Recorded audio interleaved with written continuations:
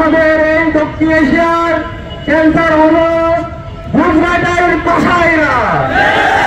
গুজরাটের কসাইকে বলতে চাই, তোমরা বাংলাদেশের গণহত্যাকারী, শিশু হত্যাকারী ঘুরে হাসিনাকে তোমরা জায়গা দিয়েছ।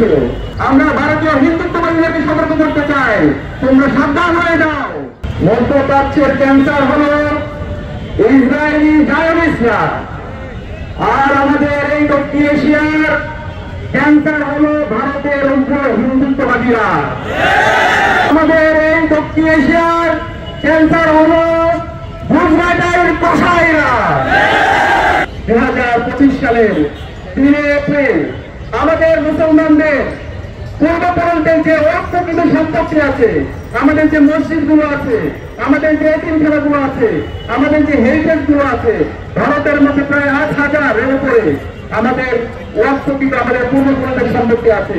আমরা যদি সেটা জায়গা হিসাব করি প্রায় 10 লক্ষ একর, সেগুলোকে তারা আজকে অবৈধভাবে তারা এখানে হিন্দুত্ববাদীদের এজেন্টদেরকে তারা নিয়োজিত করেছে এবং মুসলমানদের অর্থকৃত সম্পত্তিগুলোকে তারা জোরপূর্বক দখল করতে চাচ্ছে।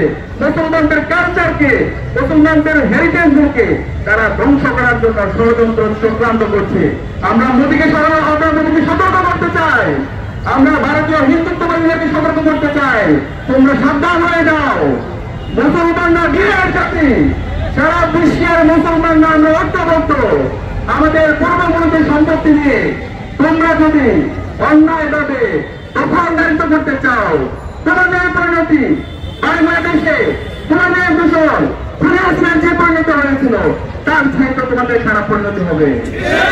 আমি অনুরোধ করব সারা বিশ্বের মুসলমানদেরকে, আপনারা ভারতের আধিপত্যবাদের বিরুদ্ধে, হিন্দুত্ববাদীদের আধিপত্যবাদের বিরুদ্ধে, গুজরাটের কসাইদের আধিপত্যবাদের বিরুদ্ধে আপনারা ঐক্যবদ্ধভাবে আপনারা কথা বলুন। আমরা যদি ঐক্যবদ্ধভাবে কথা বলতে পারি তাহলে আমরা এই উগ্র হিন্দুত্ববাদীদেরকে আমরা এই ভারত থেকে, আমাদের ভারতকে আমরা মুক্ত করতে পারবো এবং আমাদের কাশ্মীরের আমাদের ভাই বোনরা আজাদি পাবে, আমাদের ফিলিস্তিনের ভাই বোনরা আমাদের আজাদি পাবে ইনশাআল্লাহ। সেই কারণে আমি সবাইকে অনুরোধ করবো, আমরা ঐক্যবদ্ধতার সাথে সকল অন্যায়, সকল জুলুমে আমরা প্রতিবাদ করব এবং এর পাশাপাশি আমরা বলতে চাই, গুজরাটের কসাইকে বলতে চাই, তোমরা বাংলাদেশের গণহত্যাকারী, শিশু হত্যাকারী ঘুরে হাসিনাকে তোমরা জায়গা দিয়েছ এবং তোমাদের যে মিডিয়া আছে সেই মিডিয়ায় ক্রমাগতভাবে তোমরা বাংলাদেশের বিরুদ্ধে বিভিন্ন ধরনের অপপ্রচার চালাচ্ছ।